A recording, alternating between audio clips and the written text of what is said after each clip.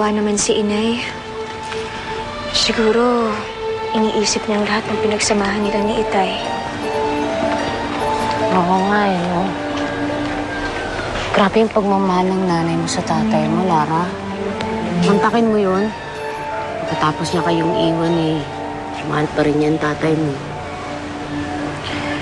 Ganun talaga, Minnie. Kapag mahal mo ang isang tao, talagang mahal mo ito. At mahirap na magbago yun. Ano yun? Parang sa inyo ni Almiro. Ewan ko ba? Pero, kahit anong pilit kong kalimutan siya, hihirapan lang ako. Pero alam niyo, grabe yung nangyari kay Lara. Walang nakakaalam kung ano nangyari sa kanya. Sabi ng iba, na maligno raw. May nakapagsabi rin na isumpa raw ito. Yun. Ay, tama. Alam niyo, kilala ko yung albularyo na nilapitan ni Lara. Ang sabi, isinalin daw yung sumpa kay Lara. Kasalanan ito nung Almiro na pangit.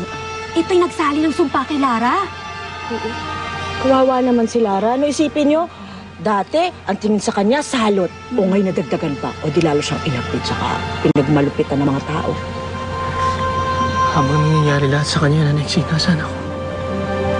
Wala man ako sa tabi niya para tulungan siya. Oh, eh bakit kailangan nasa tabi ka niya? So, tama rin si Lara? Pero ate, kailangan mo na talagang kalimutan si Kuya Almiro. Uy, ano nagsasabi mo dyan? Dahil hindi ka na niya babalikan kahit kailan. Ha? Anong ibig mo sabihin? Ayaw pa sana ipasabi to sa iyo ni Inay. Pero kailangan mo na talagang malaman na totoo. Na hindi ka na babalikan ni Kuya Almiro. Magpapakasal na siya sa iba. Pwede ba? Sabihin niyo na lang kung nasan si Lara, no? Ang dami niyong tanong eh. Ano to? Quiz bee? Demanding ka? Sa Maynila, tama. Doon nagpunta yun, sa Maynila. Maynila? Kung saan sa Maynila, hindi namin alam. Bahala na kayo. Saan mo naman nalaman itong mga to? Hindi ba sinabi ko sa inyo na marami kami pinanggalingan ni Inay? Ate Lara, darating namin ang kaharian ni Kuya Almiro. Nakita namin ang kanyang mundo. At doon, nalaman namin na mas pinili niyang magpakasal sa iba kaysa ang balikan ka.